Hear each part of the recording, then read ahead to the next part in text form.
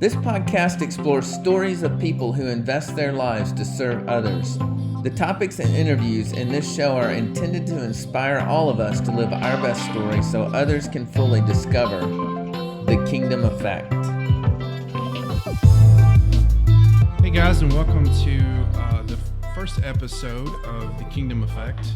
Most of you guys know me as Buckley. This is Kevin. Hey. Obviously, we're not in a studio. We're in my dining room at my house, and so hopefully this will be the one and only we have to do here. We do plan on having a studio set up eventually, but so what we wanted to talk about today on the podcast was what is the Kingdom Effect? I'm sure you guys have seen the Facebook page, have seen, and there's this podcast called The Kingdom Effect. What is that? So Kevin, why don't you start us off with that? Yeah, man, cool. Well, I think I probably called you a couple weeks ago and just said, hey, man, what if we did something cool like this? And I know you had already been thinking about some things yourself as well, but where it really came from for me was I work for a company, and one of my roles at the company is to help determine who our foundation is going to support, what nonprofit organizations we want to support. And part of that is bringing in nonprofit leaders and listening to their story and their passion about what they do, and then deciding if it's an organization we want to help. And as I just sit and listen to these, we listen to about 3 a month. And as I sat and listened to these nonprofit leaders, I just really got convicted, like just really absorbed their passion and listened to how they cared for people. But more than anything is how at some point in their life, maybe something went wrong with them, or they saw something go wrong with someone else, and they felt like God was telling them to do something about it, and they were willing to say yes, like no matter what it cost them, or what they had to do to make it happen. They said yes, I want to help do something about this, and so they founded these little organizations.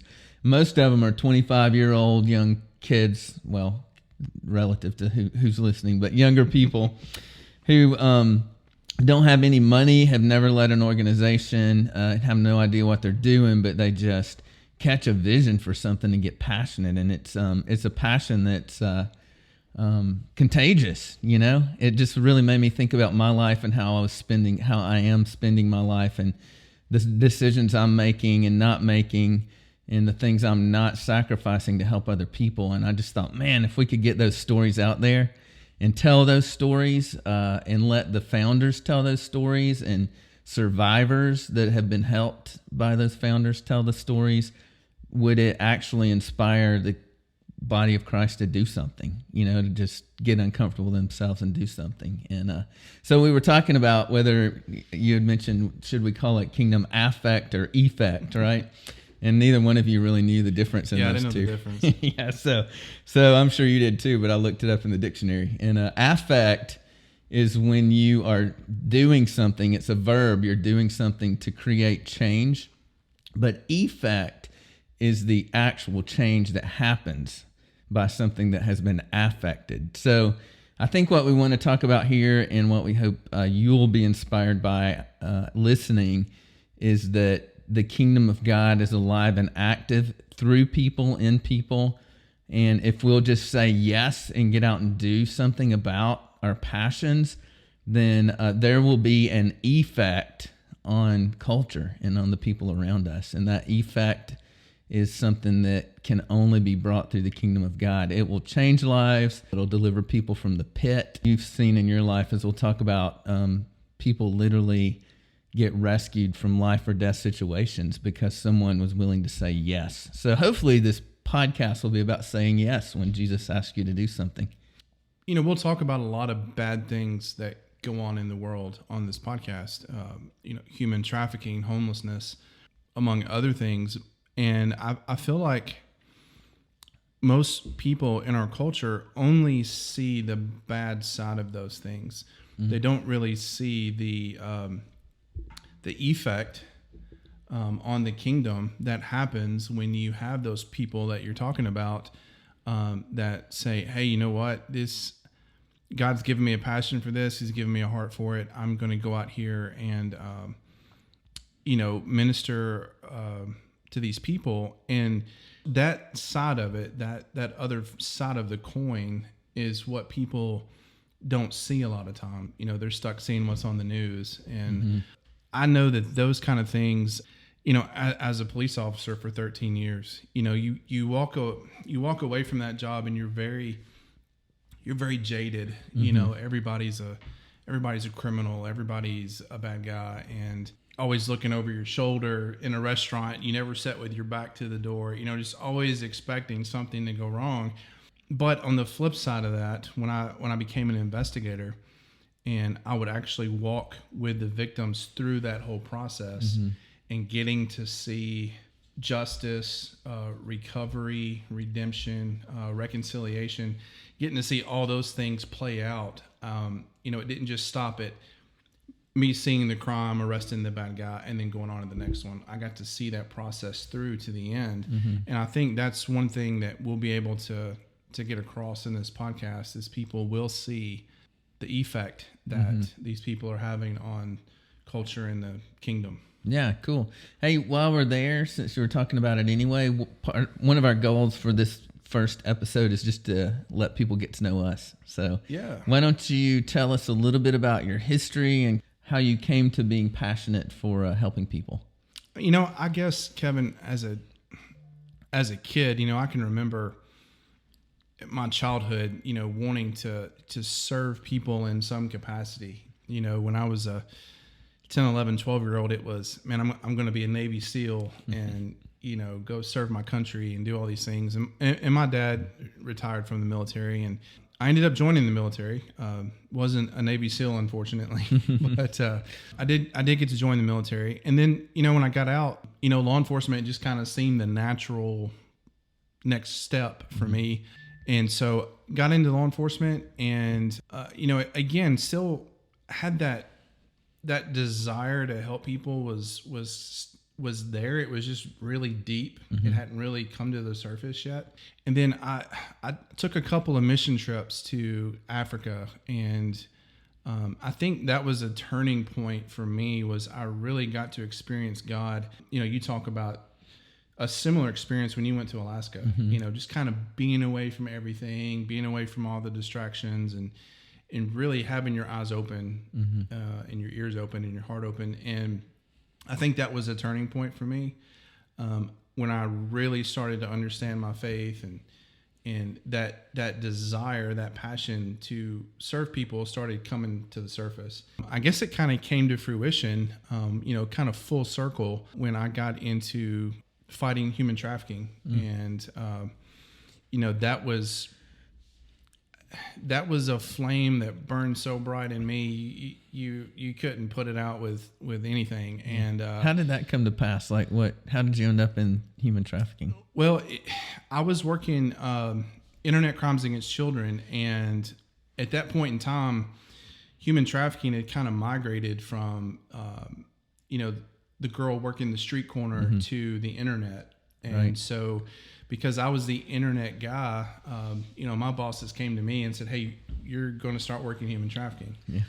I'll never forget, I was in church one day, and my pastor, Jeremy, this was shortly after they told me I was going to do this, was preaching a sermon on John chapter 8, the woman that was caught in adultery. And I just remember he's such a good storyteller. He kind of goes beyond what you're taught in Sunday school. We've all heard all the stories growing up, but he kind of takes it beyond that.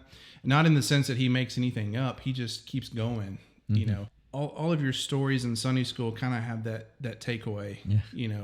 Do unto others, or don't do this, don't do that. And he kind of takes it a little further and puts a little more life application to it. And so we all know that story as whoever's without sin cast the first stone. And all the stones drop. And I'll never forget, he's like, we think that's where the story ends. Everybody's a sinner, don't throw stones.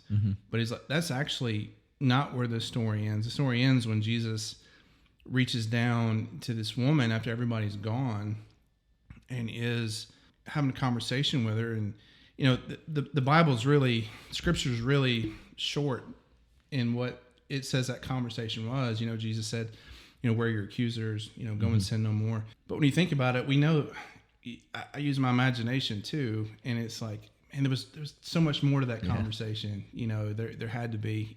I can envision, Jesus just reaching down and embracing this woman, and her reaction to that, her reaction to, someone loving her and not wanting anything in return, and not judging her, and so for me, I guess my takeaway from that story was that the story didn't end at dropping the stone. The story was to disciple these women, to love these women. And it was kind of like at that moment, it was like God saying, okay, hey, I have big plans for you and these women that you're going to rescue. And I don't want you to stop at dropping the stone. I want you to keep going. Yeah. And so that's kind of how, that was birthed in me personally. And then we went on from there to start a nonprofit called the Scarlet Rope Project. Just since that time, I'm not in law enforcement anymore, but since that time, we've had other nonprofits and rescue teams that we work with to rescue these women and children and men from trafficking. Yeah. So. Like you literally have been the guy that busts the door down, right? Yeah. Like, what is that like to just, this got to be a huge adrenaline rush. Yeah, it is a huge adrenaline rush, but it's also scary. Yeah. Anybody that tells you they're not scared is lying to you. Or they're crazy, one of the two. Very scary, lots of adrenaline. But man, more than anything else, it's seeing that survivor come through, not just that moment of being rescued, but seeing them go through that moment of forgiveness and redemption and recovery, and getting to watch that whole thing unfold. That's what makes the risking your life part of it worth it, 100 times over. Yeah. Do you have like a quick story of like one person that just really comes to your mind? Gosh, there's so many. That we have survivors right now that from the beginning that that I'm still in contact with. But we've got survivors that have gotten their kids back, or finished college, gotten married, like are living really productive lives. But from a spiritual standpoint, I remember we had somebody donate a van, a 15-passenger van to us. And I remember taking however many girls were in the program at the time, picking them up from the safe house and taking them to church every Sunday. Wow. And these were women who would sit on the front row, that didn't care about being worshipful. That's probably not a good way to explain it, but didn't care what people thought. Yeah, didn't care if they raised their hands or whatever they did, and just to experience them worshiping reminded me a lot of being in Africa and seeing those people worship. Just kind of this untethered, pure, I guess, worship, and then watching a lot of them get baptized. That was really cool. But I really can't think of one because there's been so many. That's awesome. Yeah. So you kind of transitioned out of law enforcement, and then you opened your own private investigation firm, right? Was that part of the process, you think, of like when you just kind of identified this moment where you felt like the Holy Spirit was speaking to you and you knew you had to do something about it? Was all that part of that process, or was that just kind of how life was going at the time? At the time, I thought it was, how life was going at the time, but looking back at it, it definitely, served a purpose. Yeah. At the time I thought, man, I'm burnt out. I'm done with law enforcement, politics, et cetera, et cetera. And, what I didn't realize at the time was that gave me different opportunities to progress that ministry outside of the law enforcement realm, because your hands are somewhat tied in being a law enforcement agent, and you are limited in certain ways, whether it be by your administration or by the law or whatever. And being a private citizen and fighting the same battle just opened doors that would have never been opened as a law enforcement officer. Yeah. That's really cool. Thinking about you busting down doors, and I'm looking at the monitor over there, and I look like I'm like a tiny, tiny person up against you. So I'm like, You look like the guy you look like him anyway, but especially on that monitor over there, you look like the guy that I would not want to face if you were busting down a door if I was doing something wrong. So yeah, that's cool. I've been thinking so much lately, especially after listening to all these people that I get to hear. It's such an honor and a gift to be able to hear stories of people that have just given their life away for the sake of others. Man, it's so inspiring, which again is why we're here.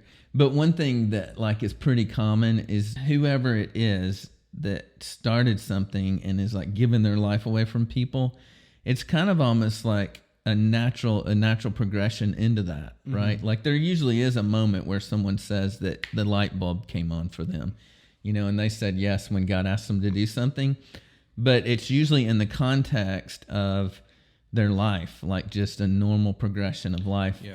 Like I'm thinking of this one young couple, which I'm sure at some point we'll have on the podcast, who lost a child pretty tragically, and then that loss of child made them super passionate about children that don't have families, right?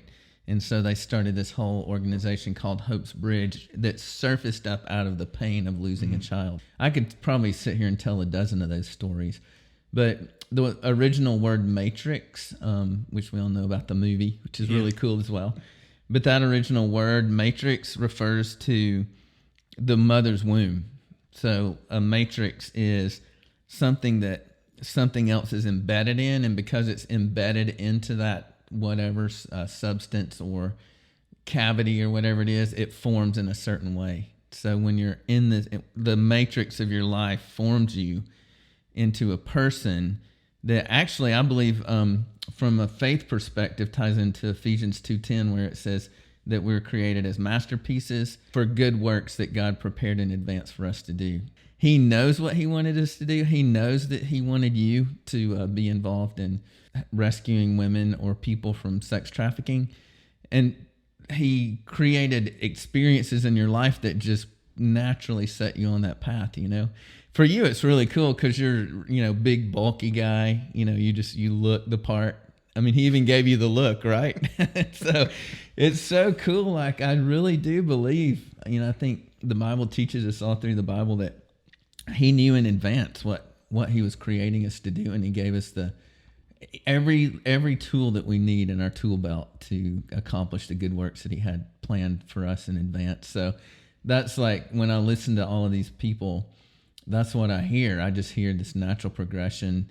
And then but we also have a right to say no too. We also have the right to turn our back and walk away. But there's just something so special, in that person that has responded well to their life situation. Yeah. And said yes. Well, and there's not only, do you have the right to say no, but you also have the right to take breaks. Yeah, that's good.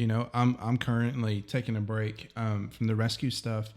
And I feel at peace with that. The same peace I felt when I said, yes, I'll go. Yeah. I had that same peace when I say, okay, I need to take a break. Mm-hmm. It's healthy for me. It's obviously part of, God's plan for me. All the different doors that he's opened up in this realm, even since, I took the break, mm-hmm. This podcast, meeting you, just all different things have happened.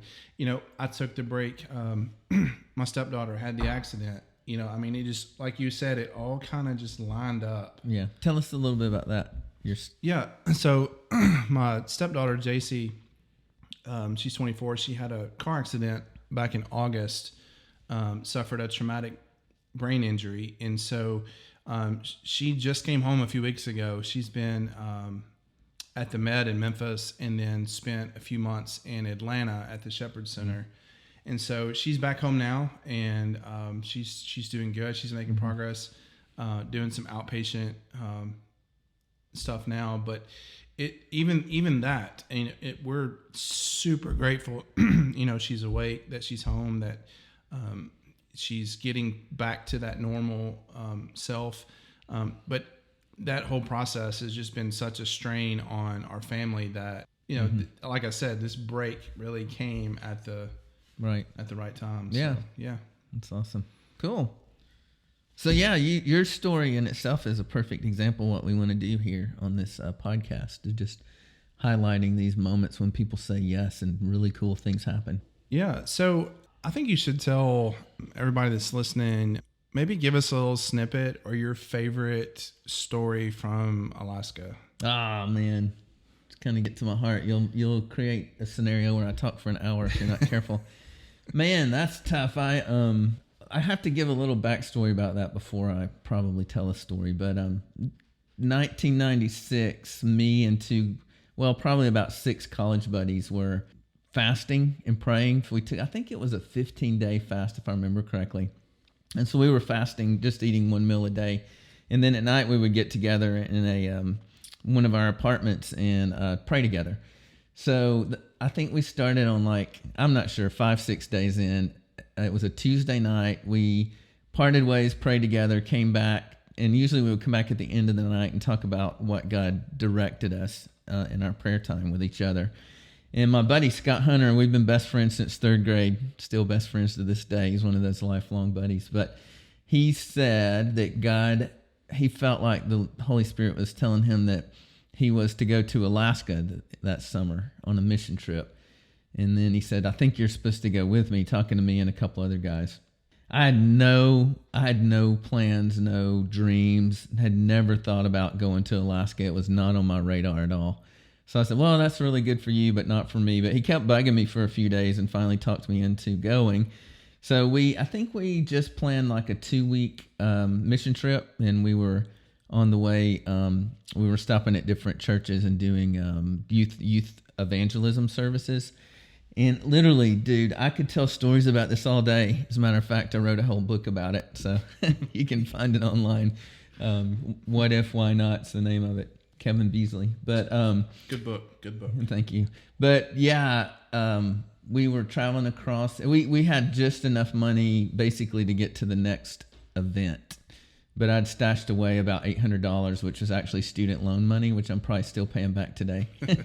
But I'd stashed away and not told anyone. We broke down in Lyman, Colorado, and we had a double fuel pump and an old Bronco with more than 200,000 miles on it. We were traveling to Alaska. We were going to have this church van, 15-passenger church van, when we had about 15 people wanting to go. But as we got closer and closer, people just started filing off. Their parents said, no, you can't go to Alaska. We ended up with 3 of us. So the church said we couldn't take the van. So the only thing we had to go in was Scott's old Bronco with over 200,000 miles on it. We broke down. It had the double fuel pumps inside the tank, and in Lyman, Colorado. And about 2 days later, we went back to pick the truck up and asked the guy how much it was. I had stashed away $800 bills deep down in my suitcase, and he said it would be $800. So that was the very last safety net of our trip. This was probably 5 or 6 days into the trip. So we went on, and literally we just, on the way back, we didn't even have money for food. So we worked at a youth camp in Alaska, and they gave us a couple of coolers full of wild game meat.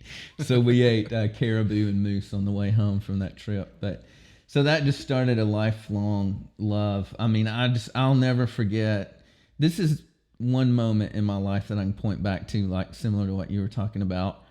We were driving alongside the I think it's Kluane, is how you say it, Kluane Lake, or just this unbelievable, massive mountains on one side and a huge lake on another side with a little tiny road in between. And I just remember seeing, the way I say it is I knew God at that point, but I didn't know a God big enough to carve out those mountains, and create that wildlife. And it was radically life-changing for me. It was just a moment, and at that moment, I just committed. I want to take as many men as I can to Alaska for the rest of my life. So that probably would have to be at the top of my list, but there are dozens and dozens of little stories of things that's happened along the way. I don't even know. I think maybe somewhere around 10 to 12 trips since 1996. Man, I don't know. Yeah. It'd be. You said that you were, when Scott said, "Hey, you're going with me," and you had no desire at all to go to Alaska. Do you remember at what point you were like in your mind, Scott saying, "Hey, man, God told me I'm going and you're going with me. Was there a moment when you were like validated in like, okay, yeah, that's legit? To be honest with you, I think I wanted to go to care for my friend. Yeah. Like I thought he was going to die. Yeah. So I wanted to be there to either die with him or help him, one or the other. Yeah, I don't think there came a point that I wanted to necessarily go to Alaska, but what I did want to do was I wanted to go on this adventure with like this man that, this guy that had been there with me since third grade, and I wanted us to experience that together. Yeah. So, but I can tell you, like literally every little minute detail of my life from that point forward until today points back to that one decision. Like I know that sounds dramatic, but I really mean literally from the person I married to where I lived the first years of my life to where I work today. Every aspect of my life I can point back to that decision. Is that kind of like the 6 degrees to Kevin Bacon? Yeah, that's right. Yeah. It still blows my mind to think about how different my life would be today had I not said yes to that. Yeah. And I wasn't going to talk about that story on this episode, but that's one of the most pivotal points in my life where I could have said no, but something deep down inside of me said, you just need to do this. Yeah. Right. Yeah. That's awesome, man. Yeah. I can remember, I went to Africa twice, once in 2012 and once in 2014. And I think it was the second trip, like 2 weeks before we were to leave and go, because we went to Kenya is where we went. 2 weeks before we left was when some terrorists from Somalia had come over into Nairobi and killed like 300 Christians.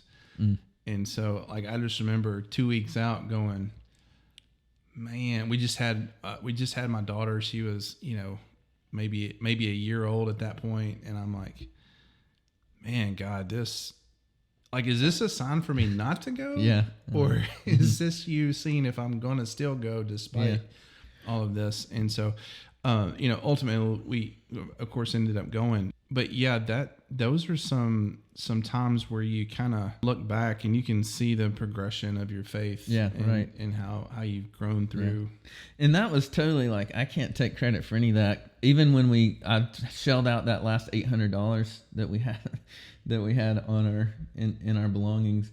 I remember, specifically remember the moment where I looked at Scott and said, we're going home. And he said, you can go home. I'm going on. He said, if we can take you to the airport right now, but I'm moving on. So it's not just like it was a one-time decision, right? There's these little pivot points. And that wasn't my faith. I can remember sitting in, there's dozens of stories. I'm focusing in on this one at the garage, but I can remember I was like, what are we going to do? Like, we've got to figure out how to get to Colorado Springs by 4:00 today. And Scott said, well, let's just stop and pray. I remember looking at him like just with anger, like probably shaking, saying, I don't have time to pray. I got to figure out how to get to Colorado Springs. And he forced me to sit down and pray. And as he was praying, I felt like the Lord just put the idea on how to get to Colorado Springs in my mind. Yeah. I don't think I would have got that answer if I wouldn't have stopped to pray, Isn't that kind of like me with Africa, you with Alaska?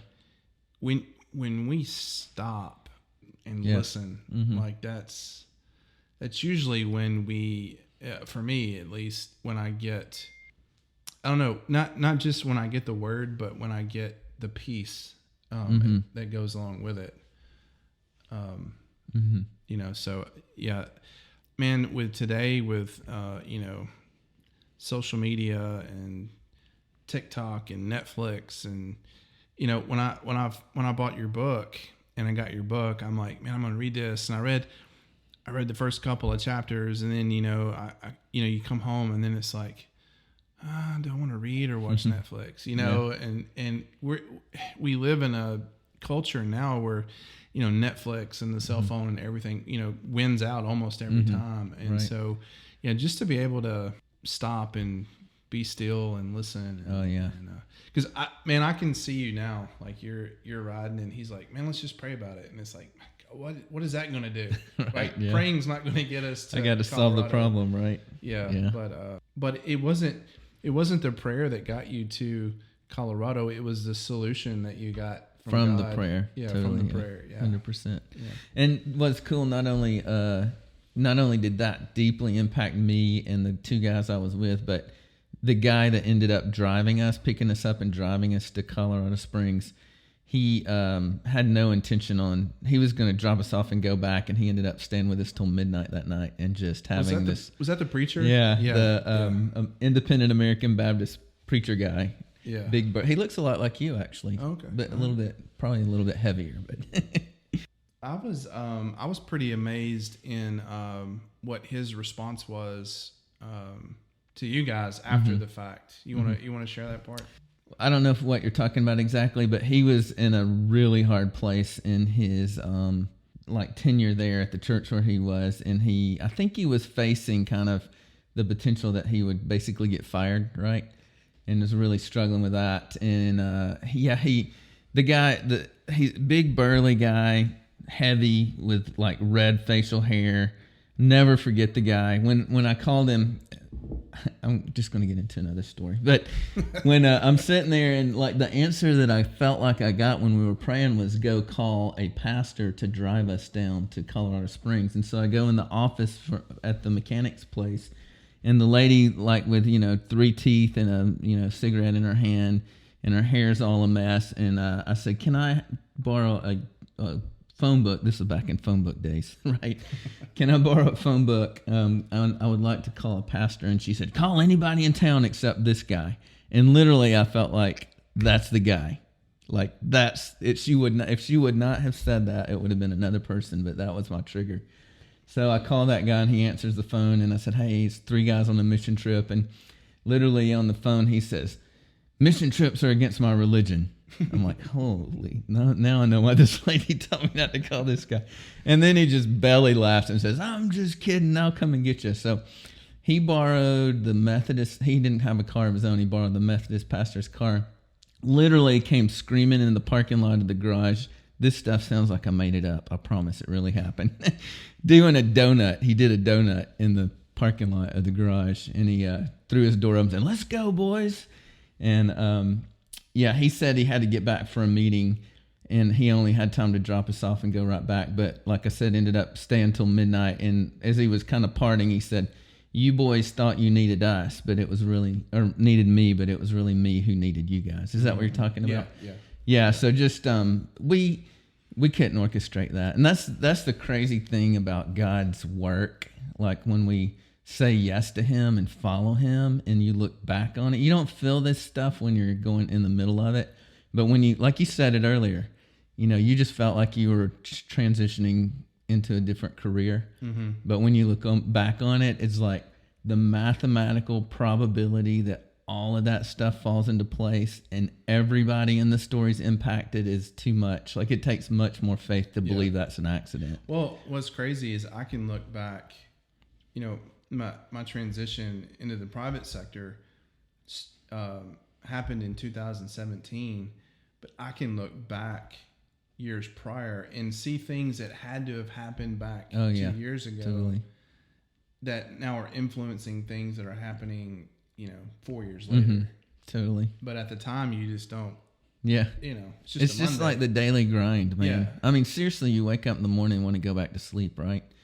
But all that stuff that's happening is shaping what's going to happen next week and next year and 10 years down the road. Yeah. And that's what's so amazing about seeing these, like I said earlier, seeing these nonprofit people who have given their life away to serve others. It's like they'll all tell you that same story, right? Yeah. And I was telling you, and I were talking before, and I love hearing people's stories. Mm-hmm. I think the age of the storyteller is going away, mm-hmm. because of all the things I mentioned before, Netflix and whatnot. But like even in music today, even mm-hmm. the storytelling in music is kind of, taking a back seat. Yeah.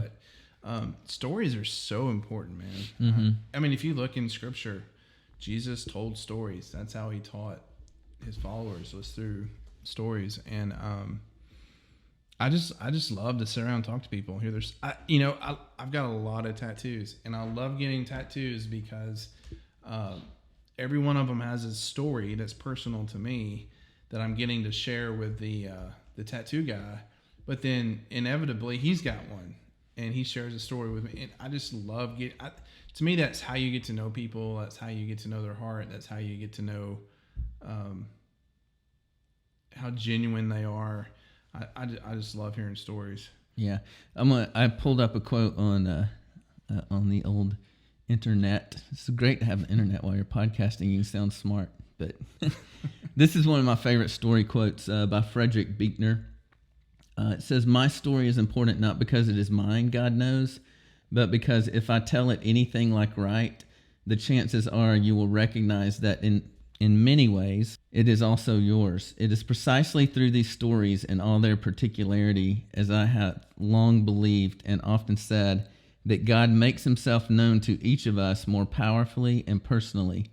If this is true, it means that to lose track of our stories is to be profoundly impoverished, not only humanly, but also spiritually." Isn't that a great, if I tell the story right, most likely you'll hear yourself in the story. Yeah, that's good stuff. Yeah, so we're excited about getting some people on this podcast to share their story. Yeah. As you mentioned earlier, some leaders that have, I don't know how to say this the right way, answered the call, or found their passion to how they're going to influence and affect the kingdom, and also some survivors from those stories. Yeah. That's a whole different kind of story. That's just, yeah, man. I tell people all the time, some of the survivors that we rescued that stayed with us for, throughout the program, some leave, some stay, but, number one, they become like daughters. Like I started seeing them the same way I see my biological daughters, right. But then, again, looking back on all those experiences, I learned as much, if not more, from them than they probably did from me, you know? And so it's just great all the way around. Yeah. There's no faster path to growth than challenges. Yeah. Yeah. Right. Overcoming obstacles is the fastest path to growing as an individual. Yeah. Yeah. It's good, man. I'm excited. Yeah.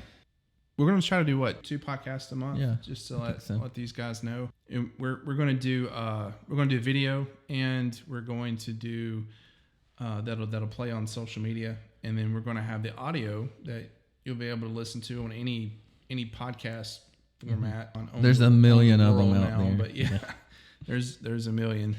But yeah, so we'll have that for you guys to listen to, however you so choose. And when we do these live, the video, we're going to try to, just be on there, and you guys can ask questions and make comments and things like that, kind of participate in it. That's always good, getting you guys' participation, because I imagine hearing me and you talk too long. That'll get old quickly. We'll get old quick. It's probably already gotten old. It probably has, yeah. All right. Well, this is actually part 1 of our first episode. So we're going to go ahead and put an end to part 1, and then we're going to come back and do part 2. We'll at least have the first month covered. Yeah. And then we're going to put a lineup together for you guys. I think it's going to be awesome. There's people I can't wait to talk to. Same here. I'm super excited about getting some of these people and get to ask some questions. Yeah. So, guys, thanks for joining us from the Buckley Dining Room experience. We'll see you guys from our new studio next time. So thanks for being here, and part 2 is coming up.